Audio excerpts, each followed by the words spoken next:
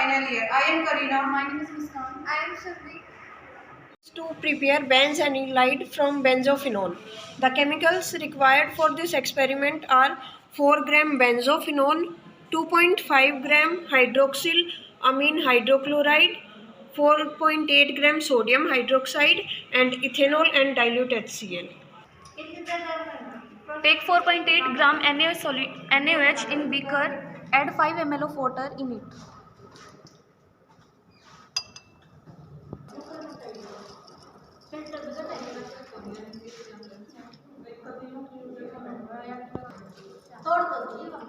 Shake it. Now dissolve 4 gram benzophenone in round bottom flask. Now add 2.5 gram hydroxyl amine hydrochloride in round bottom flask. And now add 20 ml ethanol. ये था ना तुम्हारा, इसको test कर लो, इसको दोबारा उबलने के लिए रखो। क्या? Now add previously prepared solution of NaOH solution in it.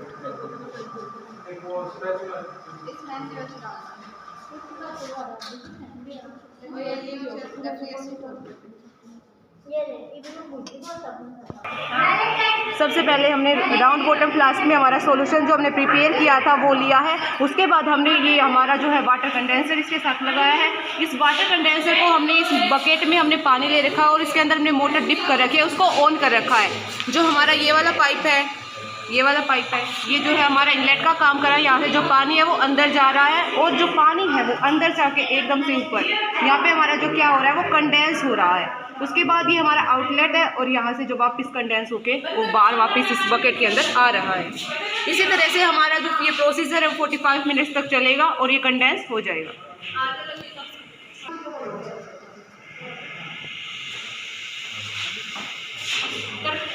तुम्हारा भी बर्नर बंद कर दो, कोई टेस्ट नहीं, इसको गर्म नहीं करना।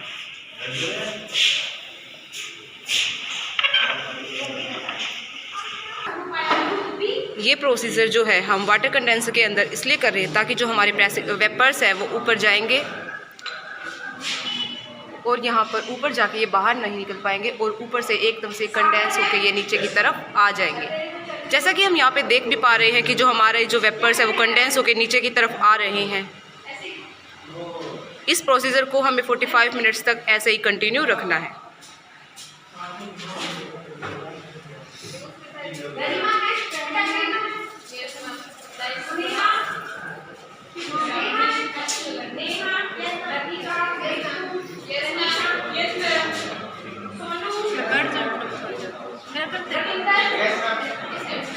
बीच में जो बना हुआ है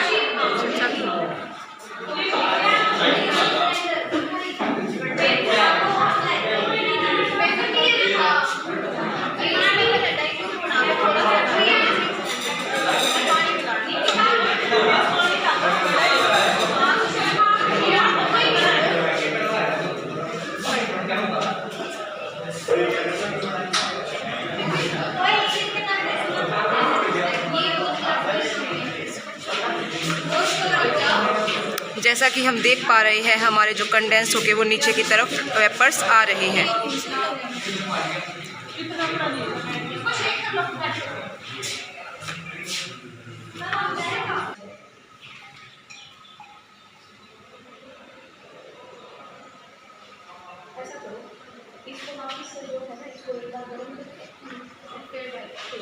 अब सारी चीजें प्रेजेंट है, FPSO हो रहा है, FPSO खोल दो।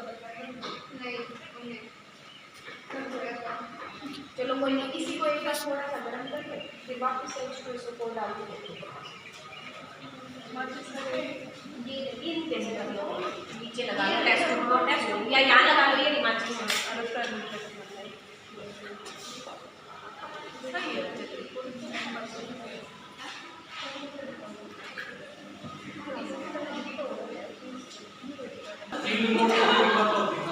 बस बंद कर दो इसको, थोड़ी देर वेट कर लो, इसमें थोड़ा बाकी सामान सब दो सब दो।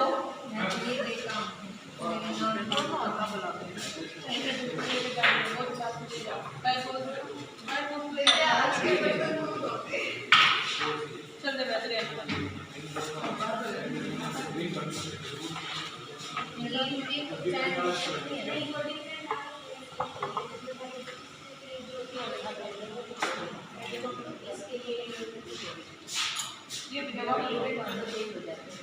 बाद में जब थोड़ा स्पोर्ट्स नहीं आएंगे तो फिर वो विजुअलाइज करिए अलग अलग होता है, जैसे क्लोराइड वाला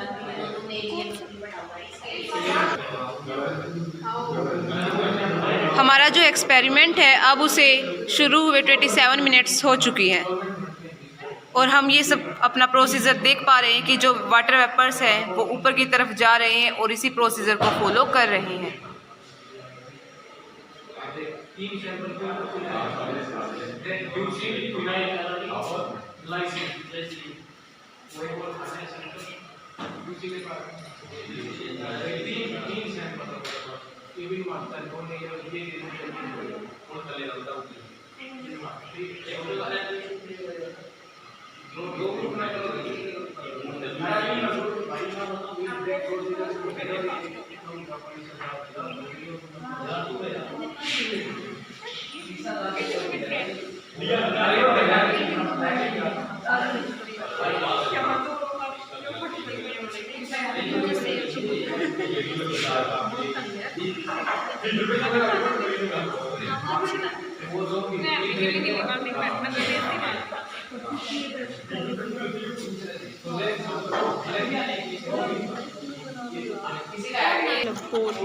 Now we take 12 ml concentrated HCl and add in 75 ml of water in it slowly.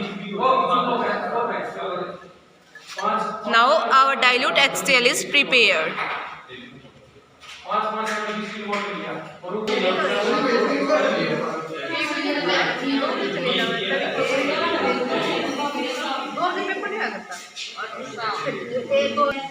After 45 minutes, stop all this procedure and cool it down.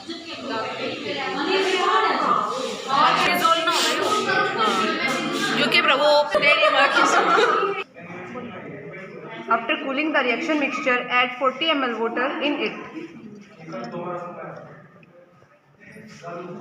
Ml water in it. Filter the reaction mixture. Now filter the unreacted benzophenone.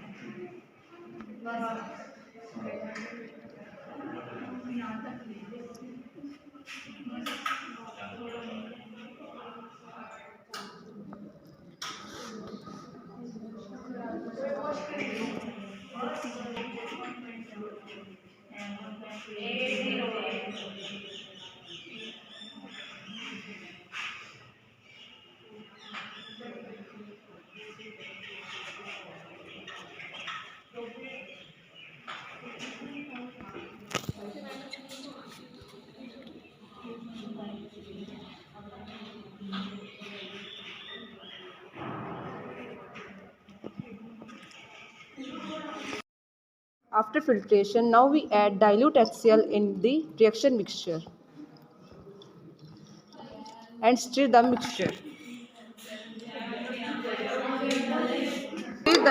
Now stir the reaction mixture with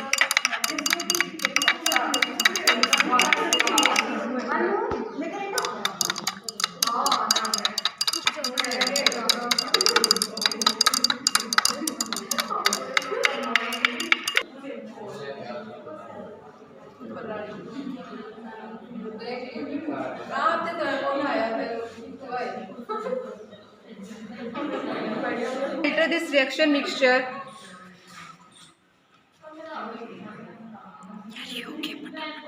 and the solid mass is formed.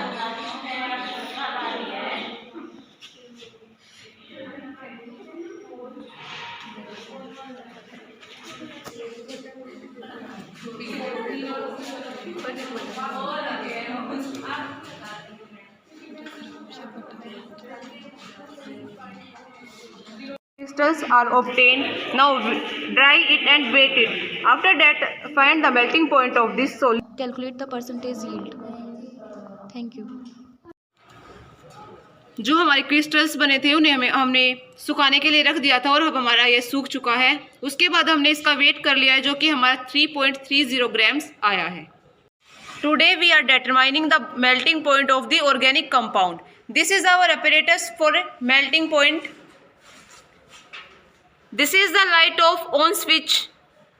This is heater low और high. इससे हम क्या करेंगे कि जो हमारा temperature है उसको कंट्रोल करेंगे. अगर हम हाई करेंगे तो जो हमारा हीटिंग है, जो हमारा टेम्परेचर है वो जल्दी से रेज हो जाएगा.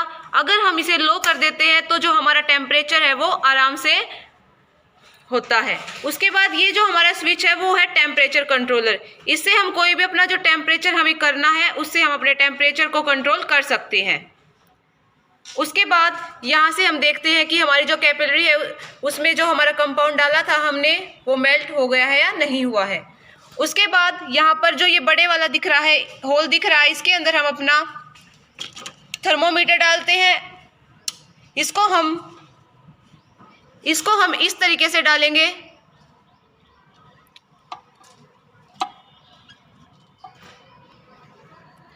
उसके बाद जो हमारे ये छोटे होल्स दिख रहे हैं इसके अंदर हम अपनी कैपिलरी डालते हैं. और याद रखिए कि जो हम अपनी कैपिलरी डालते हैं उसको एक साइड से ब्लॉक किया जाता है. ये हमारा ऑर्गेनिक कंपाउंड है, इसका हम मेल्टिंग पॉइंट नोट करेंगे. ये हमारा कैपिलरी ट्यूब, ये एक साइड से ब्लॉक है, ये एक साइड से ओपन है. अब हम कैपिलरी के अंदर अपने कंपाउंड को फिल करेंगे. फिल करने के लिए हम सबसे पहले इसको डाउनवर्ड से इसमें फिल करेंगे जहाँ से पोर्स ओपन है इसका.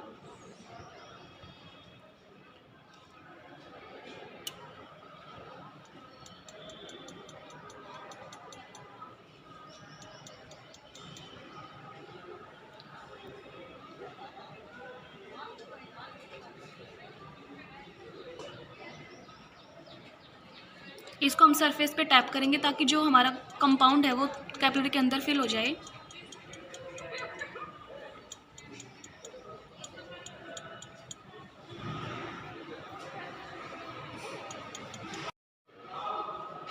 ये जो हमारा स्विच है इसे ऑन करने के बाद हमारे यहाँ पे लाइट दिखेगी जिसके अंदर हम अपनी कैपिलरी को डालेंगे. उसके बाद सबसे पहले जो हमारा प्रोसीजर है वो है थर्मोमीटर को इसके अंदर लगाना.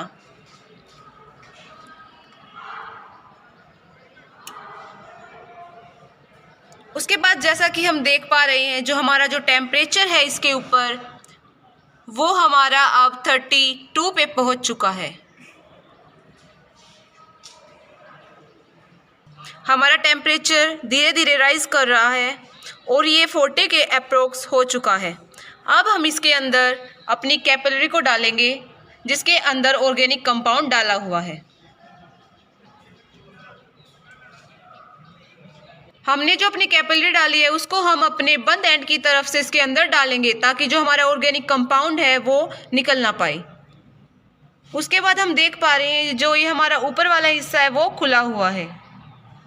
उसके बाद ये हमारा टेम्परेचर कंट्रोलर है, इससे हमने अपने टेम्परेचर को 25 डिग्री सेल्सियस के ऊपर कंट्रोल कर रखा है. उसके बाद यहाँ से हम अपने ऑर्गेनिक कंपाउंड को देख पाएंगे कि वो मेल्ट हो रहा है.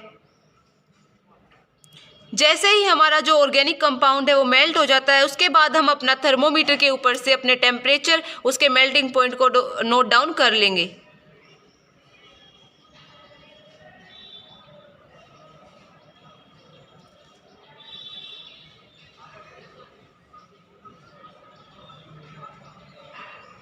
ये जो हमारा स्विच है इससे हमने अपने टेम्परेचर को हाई कर लिया है. इससे जो हमारा टेम्परेचर है वो जल्दी राइज करेगा. हमारा टेम्परेचर 50 के अप्रोक्स जा चुका है.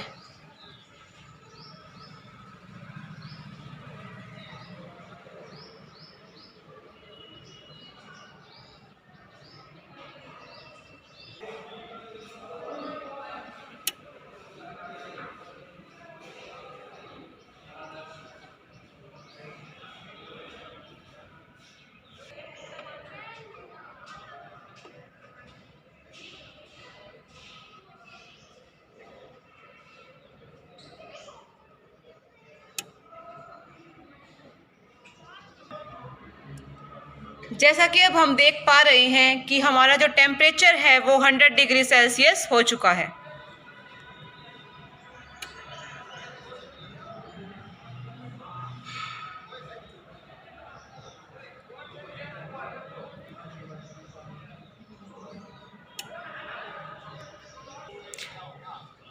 जैसा कि अब हम देख पा रहे हैं कि जो हमारा जो कंपाउंड था वो मेल्टिंग होना शुरू हो चुका है।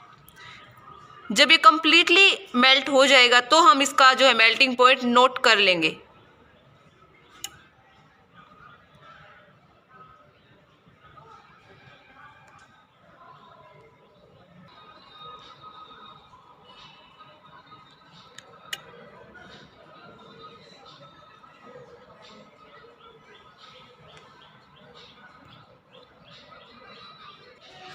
जैसा कि अब हम देख पा रहे हैं हमारा जो ऑर्गेनिक कंपाउंड है वो मेल्ट हो चुका है।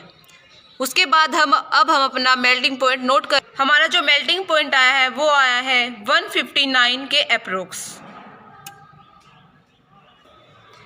जैसा कि अब हम देख पा रहे हैं कि जो हमारा जो ऑर्गेनिक कंपाउंड है बिल्कुल मेल्ट हो चुका है। अब हमने कैपिलरीज को बाहर निकाल लिया है और अपना मेल्टिंग पॉइंट हम नोट कर चुके हैं। हमारा जो मेल्टिंग पॉइंट आया है वो आया है हमारा 161।